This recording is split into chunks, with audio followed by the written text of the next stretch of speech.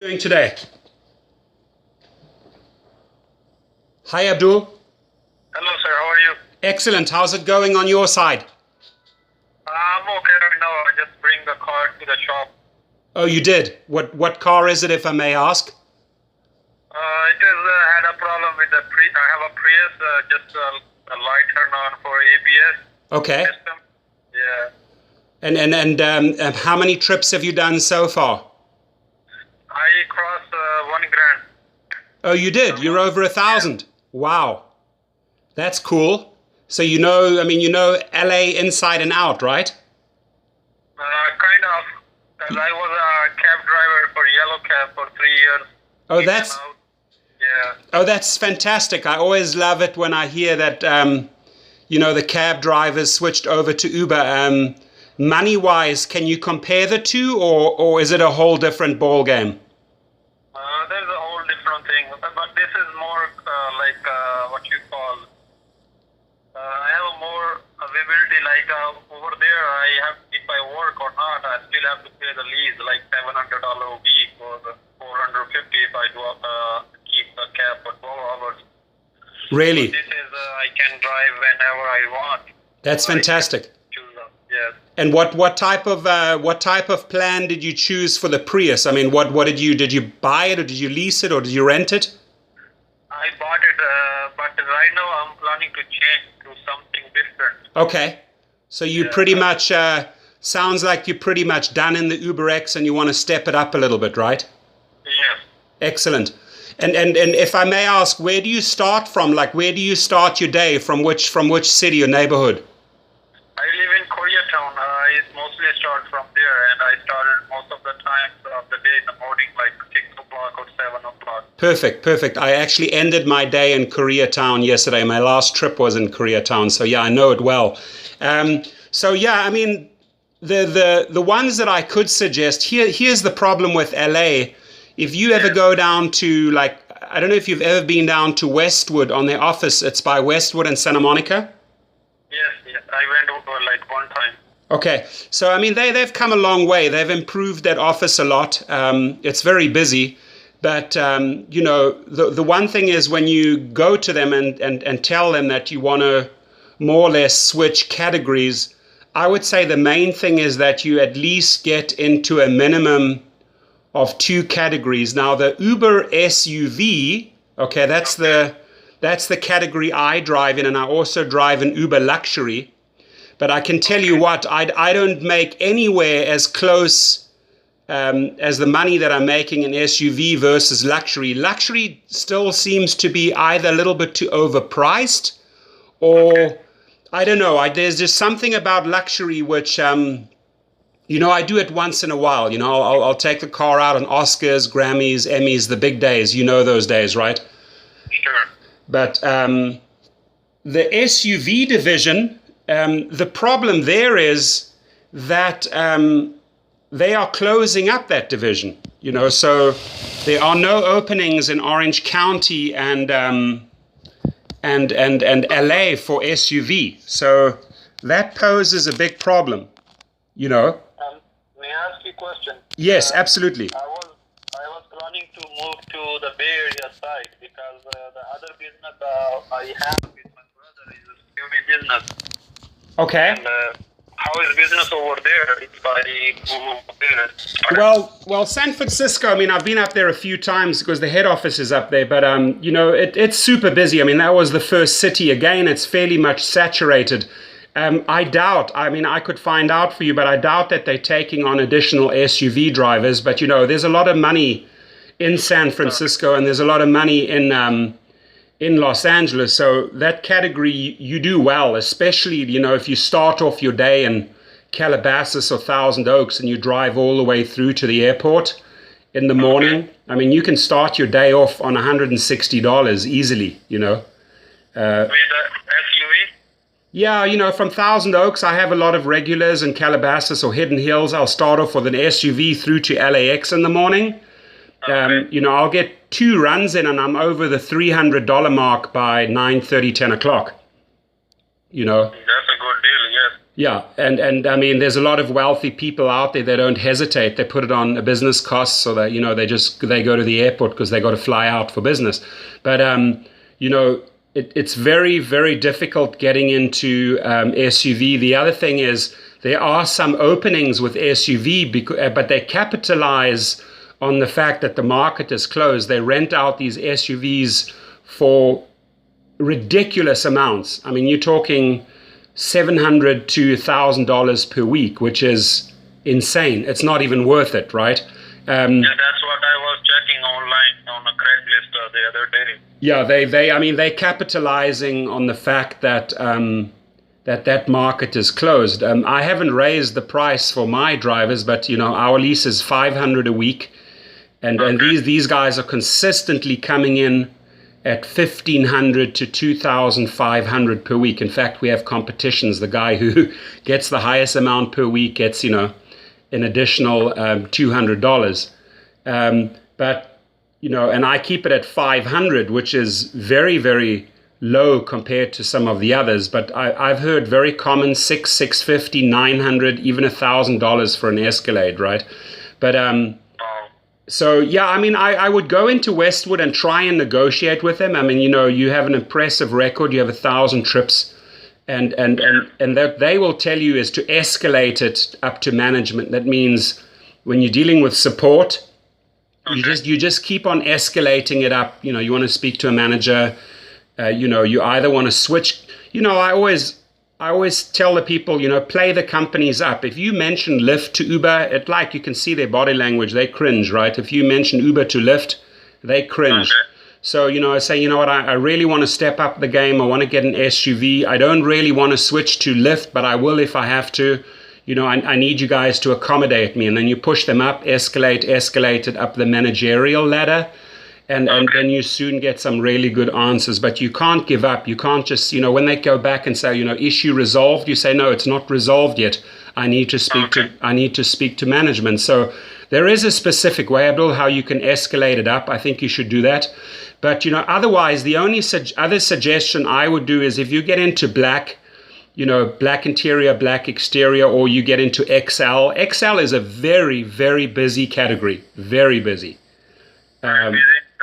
Yeah, the only thing, and I have one car driving an XL. Every now and again, I will just get into XL because one of my customers said, I want to, they'll do a long trip on XL and they want to book XL, so I put it through as an XL. But it's definitely not the same fare as SUV. It's way higher than UberX, but you usually get good tips. And the only negative I find with XL is that there's often a 10 to 15 minute drive to the actual client because there's just not many around. But the people love it because they look at it as a cheaper alternative to the SUV. It makes sense, right? I got it, yeah, definitely, yeah.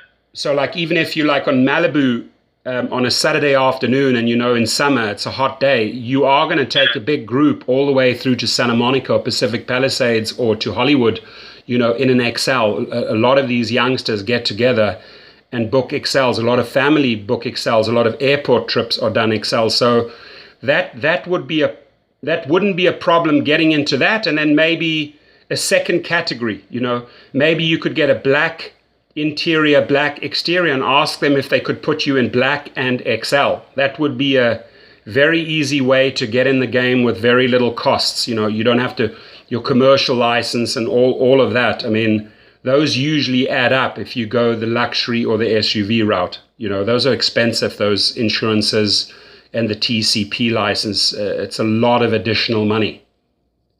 For XL, I don't need any commercial license or anything. As far as I know, no. I think they want to introduce it, but again, it's all where you sign up, and it's really about sitting down with the guys in Westwood and explaining your situation, right? Okay. And just say, I want to make more money. I want to drive a bigger vehicle. I would like to stay loyal to Uber, but at the same day, if you guys can't accommodate me, I'll go over to Lyft. I got it. Okay. You know what I mean? And yes, I understand, definitely. I mean, you're a businessman, so you're out there to make money. You have your costs, you have your rent, you have your lifestyle, and so you got to treat it like it truly sounds by the nature of your inquiry that you want to like step up the game a little bit. Yeah, actually, it's not right these days, especially when the schools open. I see a lot of difference, like not Right. really during the hours, because I'm used to like to work for 12 hours or 10-hour shift. Really? Okay. But mostly I watch your videos. You mentioned don't work hard, work smartly. So Well, that's why I'm just inquiring. Yeah. And thanks for bringing that up, Abdul. But what I mean by that is, for example, I send out an email every Monday to my drivers, and I have a calendar Monday to Monday. I tell them every single day what's going on: Hollywood Bowl, Rose Bowl, Forum, Staples Center, the Greek Theater. They know which sports event, which concert, especially in summer, almost every single night, 10 to 10:30 in the evening, you're guaranteed your surges, right? So I tell them how to work smart. And even when a big crowd is coming out of a concert, I encourage my guys, and, I shouldn't be promoting this, but this is the fact. This is just how you make more money. Is I don't immediately switch on I wait for the surge to go up and up and up, and I watch it on the passenger app, and then I switch in on the right time. I know when it's at its peak, So instead of going 1.5, I will lock in a passenger 2.5. I mean, I hope a passenger doesn't see this because they won't be happy. But I'm there to make money. I'm not there to waste my time. And then I position myself for the long trips in the morning, very busy. And I position myself accordingly in the late afternoons, whether it's downtown LA. And Friday, Saturday is big money making days. Those days: West Hollywood, Sunset Hollywood, Santa Monica. Easy money, right?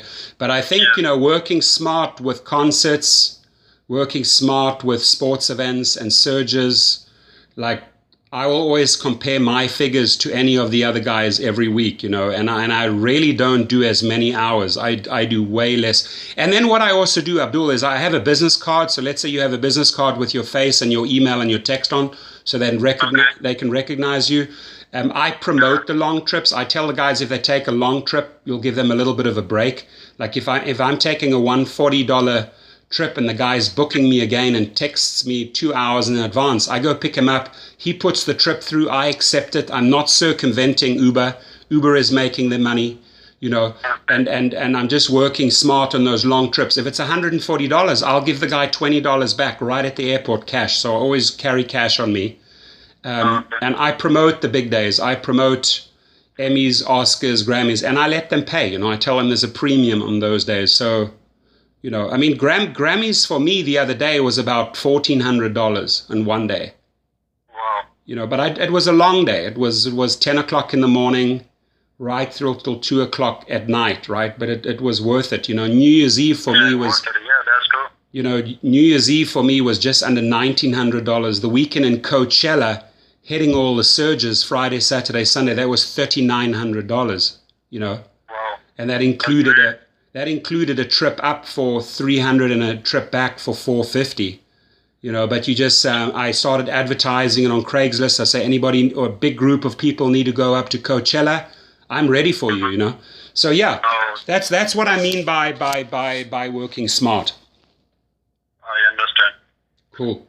And if you're ever in LA and you want to... available, like if I'm interested to lead it, the SUV, you suggest, or you want me to start it move step by step from X to XL, or... No. I mean, you can go straight from X to X to SUV now. I mean, you know the customer service, the city.